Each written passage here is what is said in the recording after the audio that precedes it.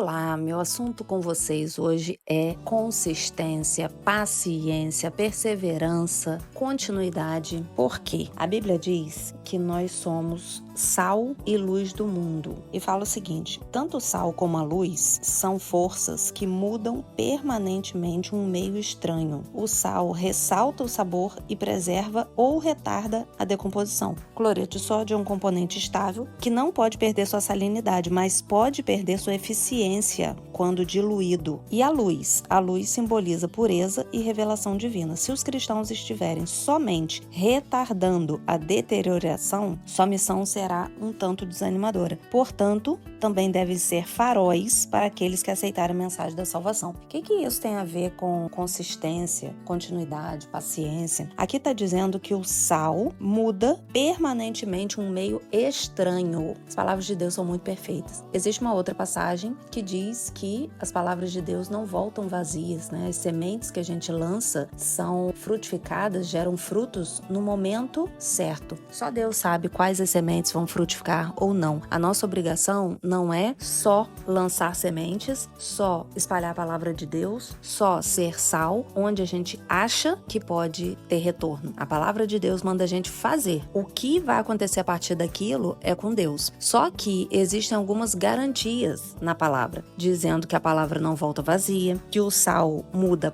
permanentemente um meio estranho. Agora, isso não significa que as nossas expectativas vão ser atendidas, não só em relação ao tempo, quanto à forma. Se você está orando, intercedendo por uma pessoa da sua família, se você declara, profetias, espera, viabiliza tudo que você pode para a pessoa, faz tudo, com certeza, com base na palavra, não no meu achismo, com base na palavra, Deus está se movimentando. Só que muitas vezes não é no tempo que a gente quer. E as respostas também não serão do jeito que a gente quer. Muitas vezes a gente quer que alguém mude e que ela se transforme em alguém que, dentro da nossa expectativa, aquela pessoa deveria ser, se comportar, se tornar. Só que muitas vezes não está dentro dos planos de Deus. Deus fez aquela pessoa para um outro propósito, para ser de uma outra forma. E a gente, dentro da nossa mentalidade, dentro das nossas realidades emocionais, a gente cria uma expectativa. Só que isso não está certo. E muitas vezes, quando a gente vai observando o tempo passar, semanas, meses, anos, e as coisas não vão acontecendo do jeito que a gente gostaria, a gente desiste no meio do caminho. E uma outra coisa muito importante é o que a gente fala sobre o processo. Como a gente declara que as coisas estão acontecendo.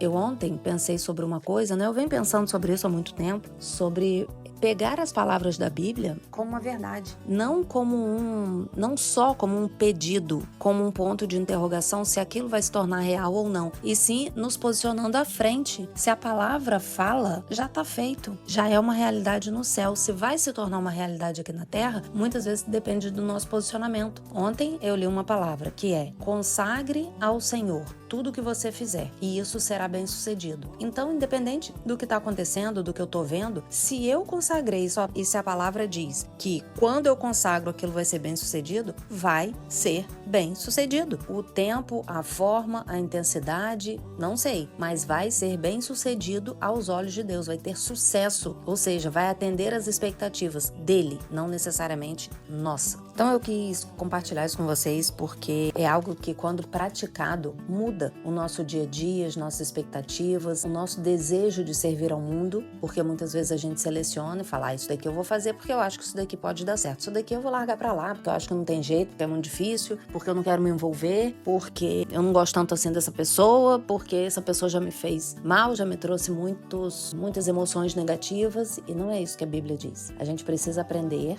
eu me coloco nisso, né? Aprender a obedecer a Bíblia no detalhinho. Precisamos ser sal e luz para o mundo, na certeza de que a luz vai iluminar as trevas, independente de você ter essa percepção ou não. Vai, porque luz faz isso, e ponto. E o sal vai mudar permanentemente um meio estranho. Vai, independente de você ter a percepção ou não. Se fizermos o que a Bíblia diz, a segunda parte dos versículos, né, já vou explicar do que eu tô falando, se cumpre. Porque muitas muitas vezes a gente faz, e eu observo pessoas repetindo palavras da Bíblia só as segundas partes dos versículos, só a parte da promessa, e esquece a condição. Tem muitas promessas na Bíblia que são condicionadas. Se fizeres tal coisa, receberás tal coisa. Se escolheres assim, acontecerá dessa forma. Então, nós precisamos aprender a ser filhas obedientes, filhas que desejam agradar a Deus, independente de entender como Deus vai agir a partir daquela nossa obediência. Como e quando. E isso traz uma satisfação, uma alegria no nosso coração, um senso de essência, de estarmos vivendo na nossa essência. E, mais uma vez, conectando isso ao peso, ao cuidado com a saúde, com o corpo, quanto mais distante estivermos da nossa essência, da nossa originalidade, de quem Deus nos fez para ser, menos a gente cuida do nosso corpo, mais o peso aumenta, mais os hormônios bagunçam, o corpo desequilibra, o sistema imunológico se perde. Então, como eu falei em outros momentos, uma coisa está conectada à outra sempre, sempre, sempre. Tá bem? Então vou finalizar por aqui, estimulando a vocês e a mim mesma. Quando eu prego para vocês, eu estou pregando para mim, repetindo, reforçando cada uma dessas coisas na minha vida também. Então sejamos sal e luz do mundo, porque é isso que Deus deseja e espera de nós. Um beijo.